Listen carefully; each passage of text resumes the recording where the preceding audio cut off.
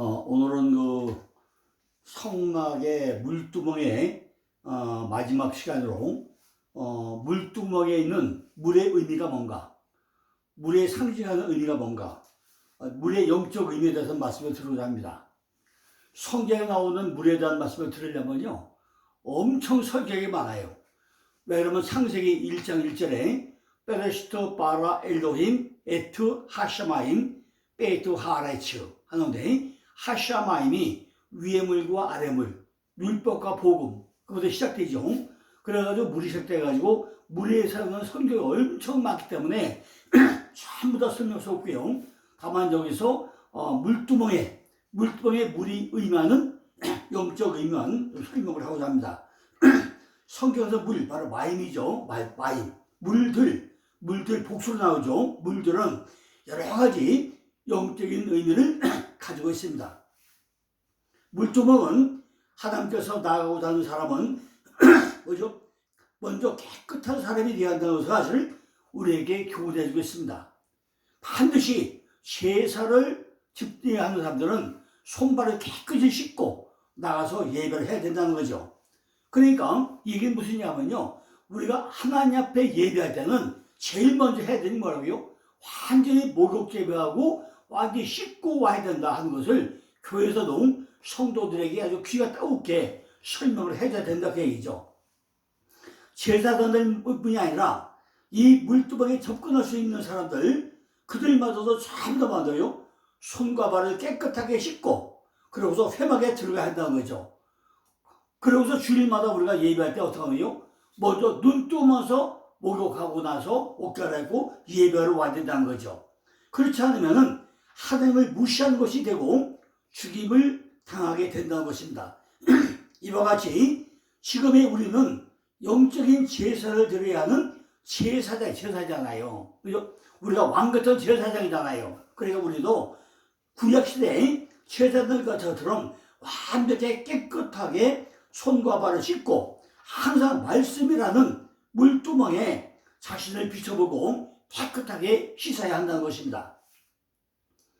하나님께서는요, 더러운 자의 제사를 기뻐하지 아니하시므로 우리는 항상 깨끗하게 말씀을 가까이 하고 우리의 더러운 마음을 정결케 하고 주 앞에 예배를 하는 이런 마음들을 가져야 된다는 거죠.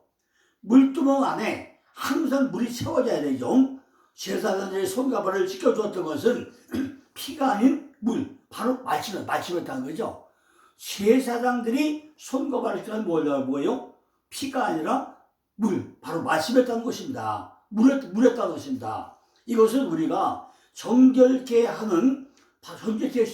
씻음 받는 도구가 무엇인지를 우리에게 설명해 주겠다는 거죠. 청년이 무엇으로 그에게를 깨끗하게 하리까?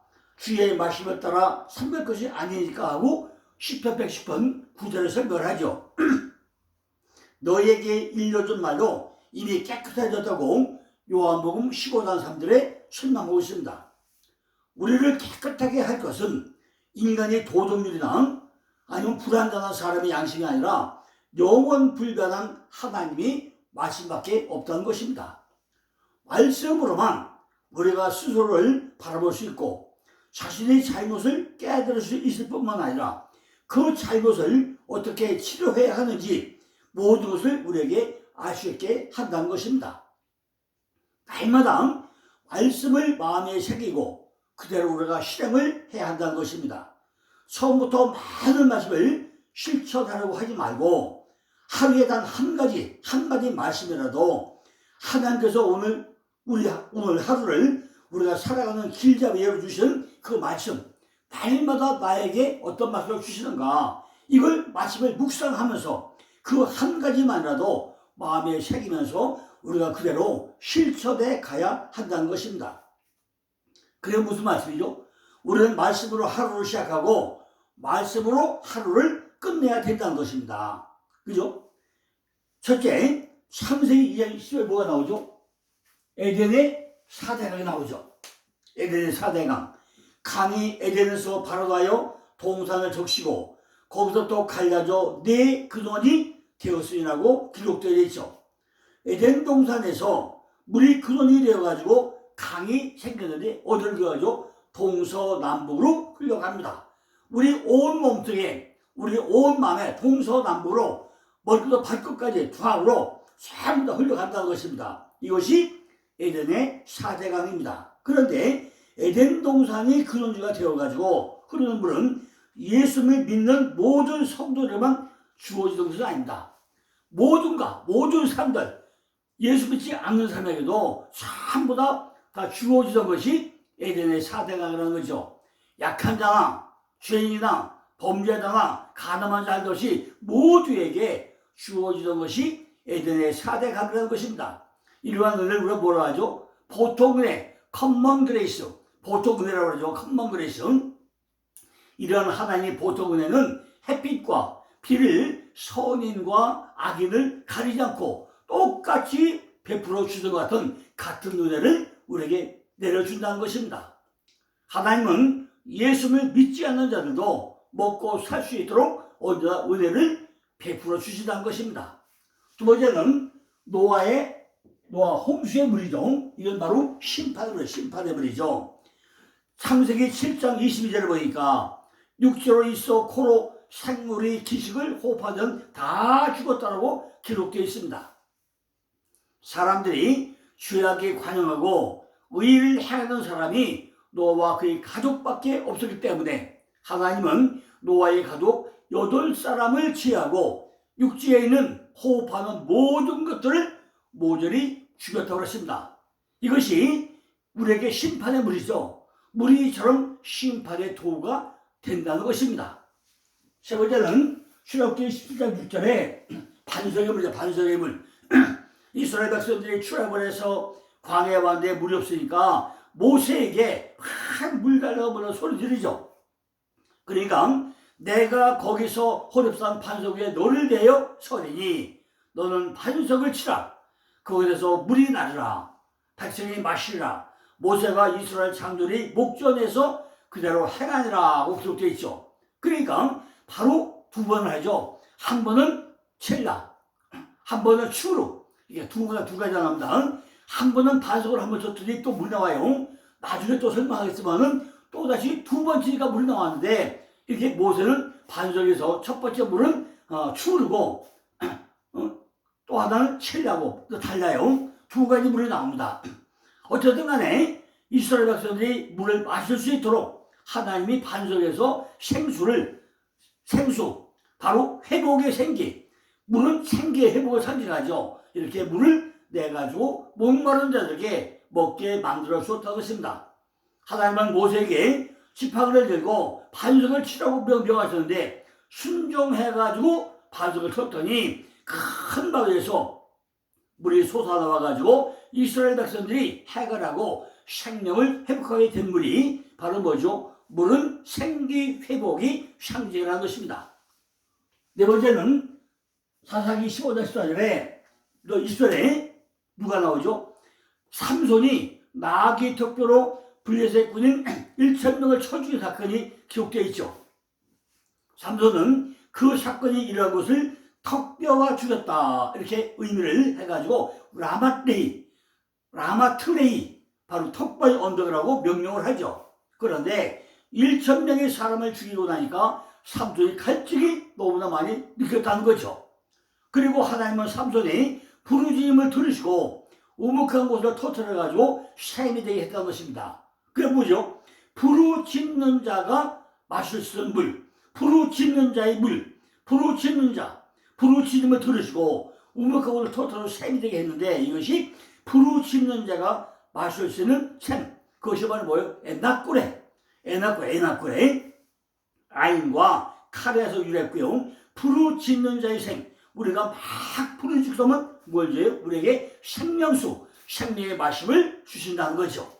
부르짖는 자만이 마실 수 있는 생수가 따로 있다는 것입니다.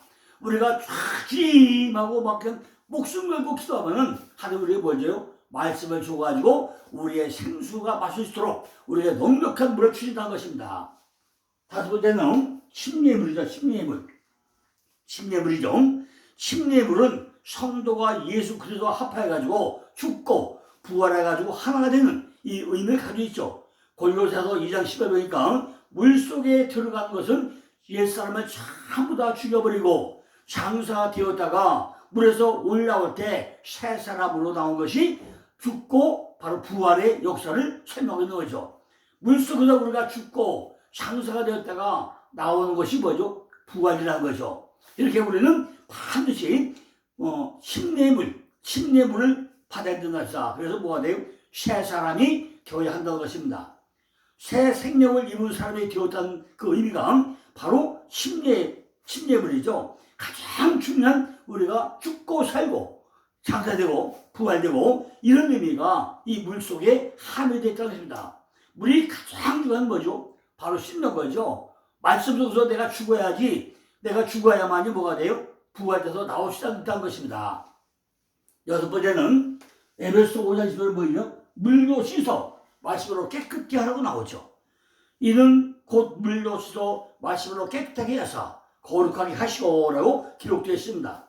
예수 그리스도는 물로 씻어 말씀으로 깨끗함을 입어가지고 거룩하게 된 사람들이라는 것입니다. 이 모임이 바로 뭐예요? 교회라는 거죠. 교회가 뭐라고요? 물로 씻어 말씀으로 깨끗하게 하사 거룩하게 한 자들의 모임이 교회라는 것이죠. 교회.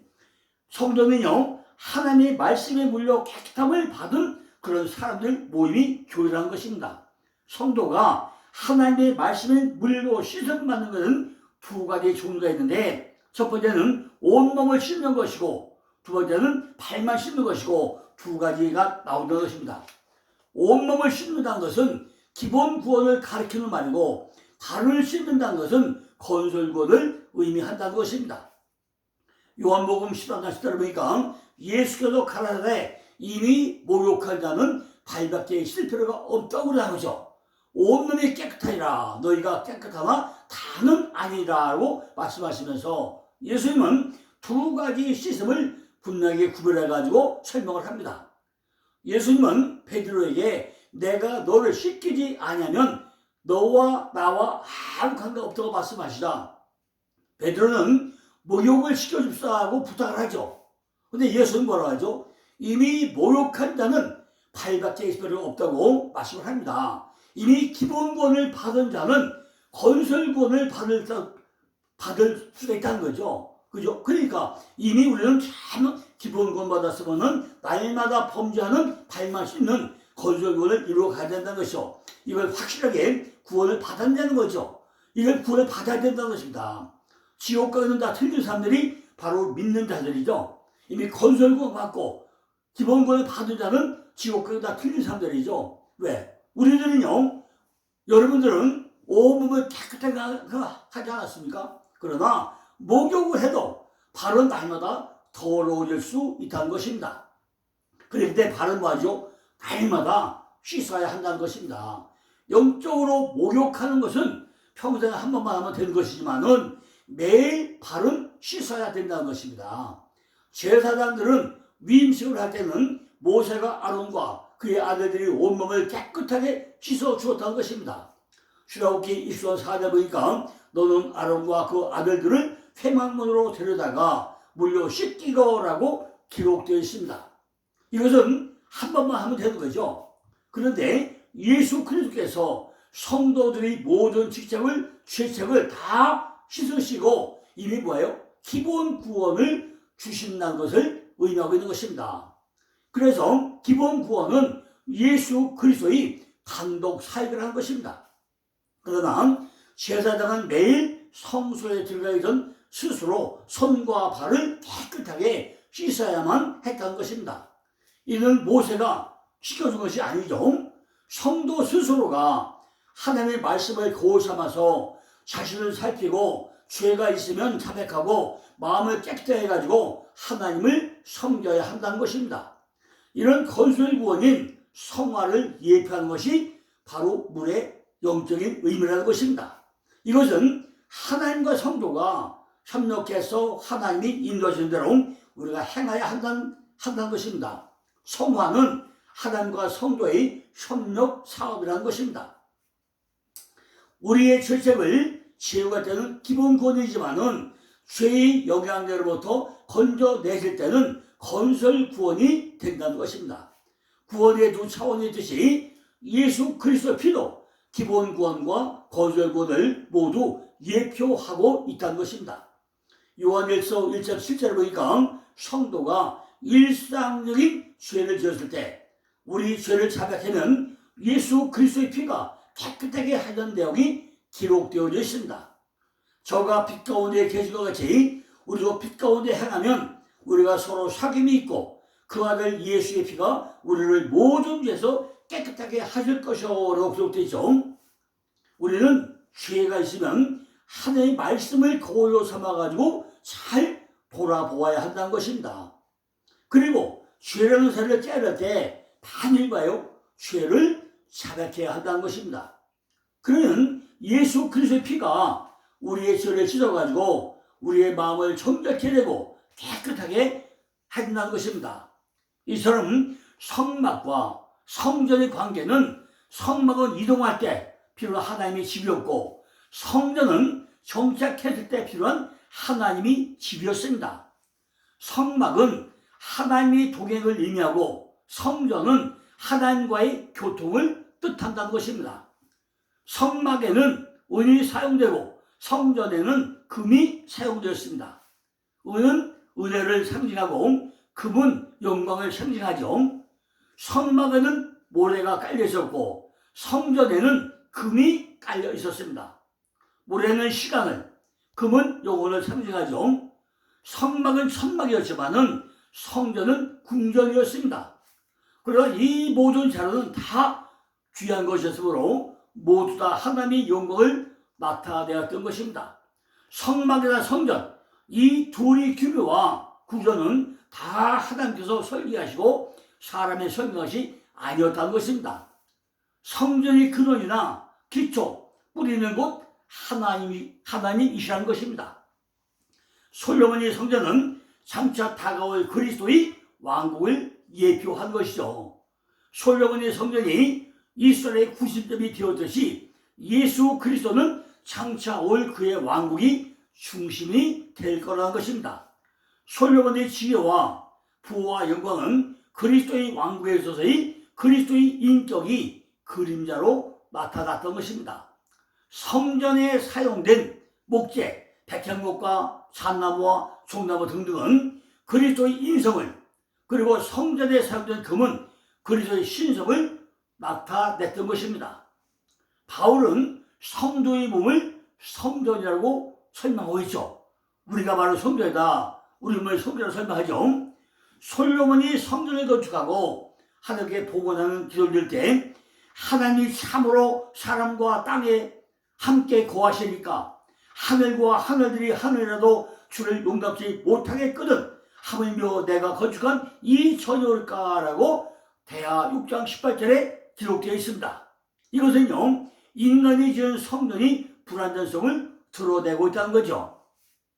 이것이 아무리 화려하고 장엄하며 아름답게 지은 거라고 할지라도 하나님께 용납될 수 없다는 것입니다.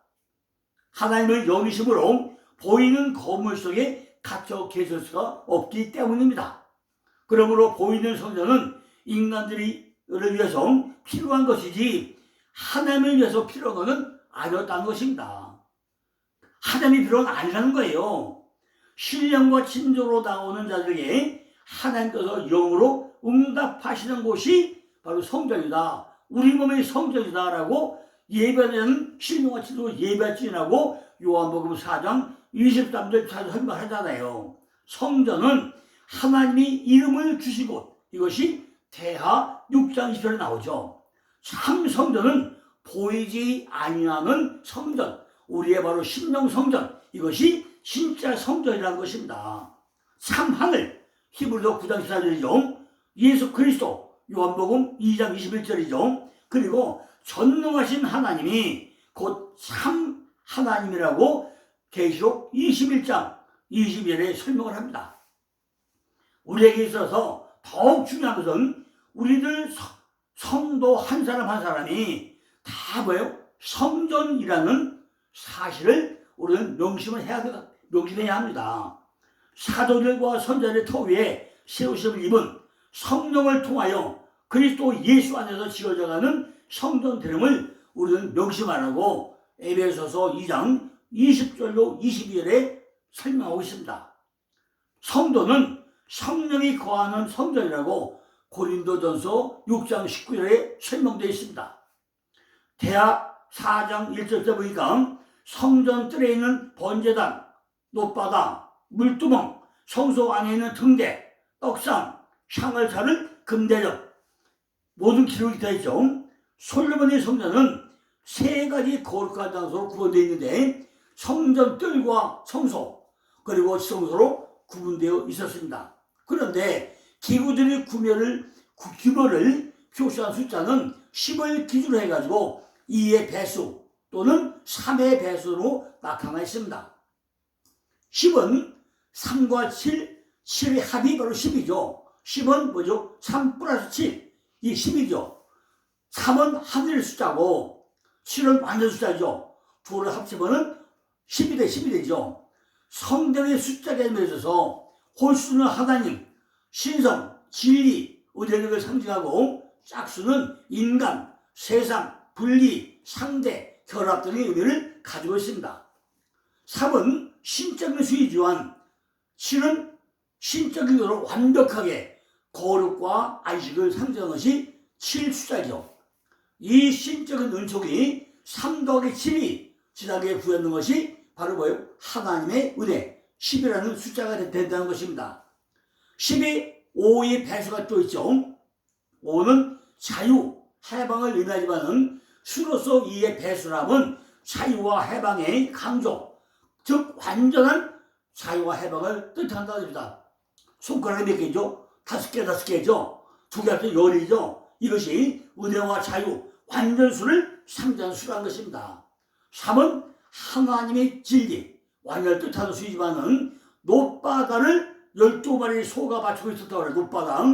속이면 놋바다를 12마리 소가 바치고 있었다고 그랬어요.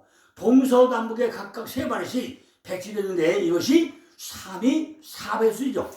그죠? 3의 3배, 4배수. 그러니까 3은 하두자, 4는 땅 숫자로 했잖아요. 4는 인간의 수이고 바로 지상적 동서남북을 의미하는 숫자로 했잖아요. 3과 4의 결합은 하나님과 인간, 하늘과 땅의 결합으로서 청결, 거룩함을 뜻한다고 했습니다.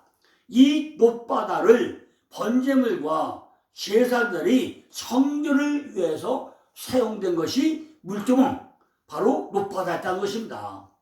이처럼 기물들에 나타난 기물 자체와 그 숫자는 모두 우리들 성도들과 성도들의 신앙생활을 상징적으로 표현한 것으로 오늘 우리들 자신이 성전으로서 하나님의 은혜와 자유 속에 살며 성결된 삶을 추구하고 기도와 말씀, 바로 기도는 향단이죠. 말씀은 떡상이죠. 찬송은 등대죠. 이렇게 살아가야 하는 생활의 하듯을 우리에게 가르치고 있다는 것입니다.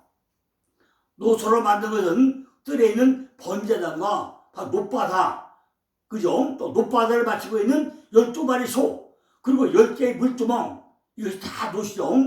놋은 동과 아연 또는 주석에 가까워 해서 금, 은보다는 좀 낮고 철보다는 높은 가치를 가지고 있는 그런 금속이었던 것입니다.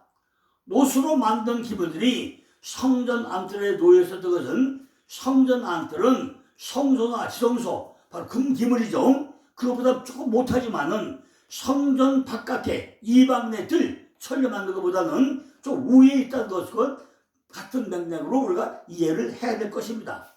놋은 잘 부패하지 않고 색깔이 부드럽게 나타난다는 거죠. 이것은 하나님의 영광과 성도들의 성품을 의미한다는 것입니다. 성전 안뜰은 백성들과 하나님의 번제단에서 만나는 장소가 성전 안뜰이죠. 거기서 있는 기물들이 놋으로 만들어졌다는 것은 이러한 상징적인 의미를 시사하고 있다는 것입니다. 성전에는 외소와 내소가 있는데 외소를 성소로 하고 내소를 지성소라고 설명하기도 합니다. 외소나 내소의 모든 기물들은 금으로 만들었거나 금으로 싸거나 보금을 했다고 했죠. 본문에 성전 외소의 기물들 전부 다 등대와 떡상 그리고 향대접을 다 금으로 만들었다고 그랬습니다. 금은 금속 중에 가장 귀한 것으로 빛과 순수성을 상징하죠.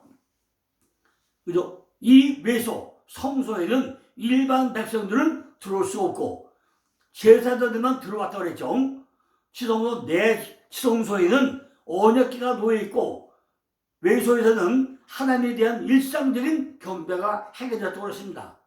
등대에는 언제나 꺼지지 않게 불을 밝혔고 떡상에는 언제나 떡이 칠해져 있었고 향도에는 언제나 향이 타오르고 있었던 것입니다. 등불은 성도들의 찬양을, 떡은 말씀을, 향은 기도를 의미한다고 이미 설명했죠. 그리고 이러한 성도들의 예배는 금과 같이 순수한 것이 아니며 어둠을 비추는 빛과 같이 성도의 삶 자체가 빛이 나야 한다는 것입니다. 못바다와 물두멍은 제사장들의 목욕과 번제의 물들을 씻기 위해서 만들어졌다는 것입니다. 하나님께 제사들이 연장한 저 제물은 반드시 정결한 것이어야 했다는 것입니다. 하나님 배에 나아갈 때는 사람이나 물건이나 먼저 정결해야 하고 그래야 하나님이 연락될 수 있다는 것입니다. 이러한 정결한 것 성도들이 회개 생활을 뜻하는 것입니다. 인간은 회개함으로써 하나님께 나아갈 수 있는 것이고 우리는 거룩하게 될 수 있다는 것입니다. 인간은 회개로 믿음이 시작된다고 그러죠. 제사장을 몸을 씻은 다음에 번제를 함께 들을 수가 있게 되었고 성소에서의 봉사가 가능했다는 것입니다. 반드시 성결 후의 봉사, 이것이 신앙생활의 순서였다는 것입니다. 회개하여 주의 사함을 받은 자가 아니면 하나님께 봉사가 불가능했다는 거죠. 성결된 후에 헌신하는 것이 신앙생활의 원리라는 것입니다. 너희 몸을 하나님이 기뻐하시는 산재로 드리라. 이런 너희들의 영적 예배로 말씀하겠죠. 이렇게 우리는 깨끗하게 씻어야 된다는 것입니다. 그들은 스스로 그들을 찾지 못했죠. 예수 그리스도께서 우리를 깨끗하게 씻기셔서 눈보다 더 희어지도록 우리를 만드셨다는 것입니다. 물로 몸을 씻고 자는 자는 먼저 옷을 벗어야죠. 우리의 모든 자만과 자랑, 자부심을 전부 다 버려야 되죠. 겉옷을 전부 다 버려야 목욕할 거 아닙니까? 전부 다 내 허물을 벗어버려야 할 거 아닙니까? 우리는 반드시 성교 들어가야 되는데 우리가 전부 다 겉옷을 벗어버리고 박대히 씻어야만이 주접의 감당을 우리가 알아야 된다는 거죠. 이렇게 천국에 들어갈 사람은 악을 버리고 참마음과 온전한 믿음으로 하나님께 나가야 한다는 것입니다. 이것이 물이 주는 가장 큰 의미라고 할 수 있습니다. 내일 안식일을 주신 목적입니다. 안식일 주는 목적이 뭐냐? 11번째 안식일 샤바트, 안식일 주는 목적에 대한 또 말씀을 드리겠습니다. 감사합니다.